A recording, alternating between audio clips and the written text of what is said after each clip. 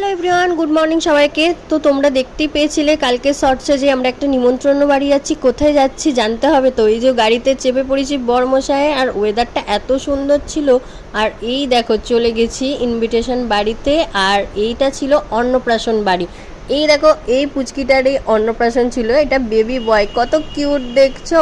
তারপরে খেতে বসে গেছিলাম। তো খেতে বসে কি কি মেনু ছিল সেটা তোমাদের সাথে শেয়ার করা যাক।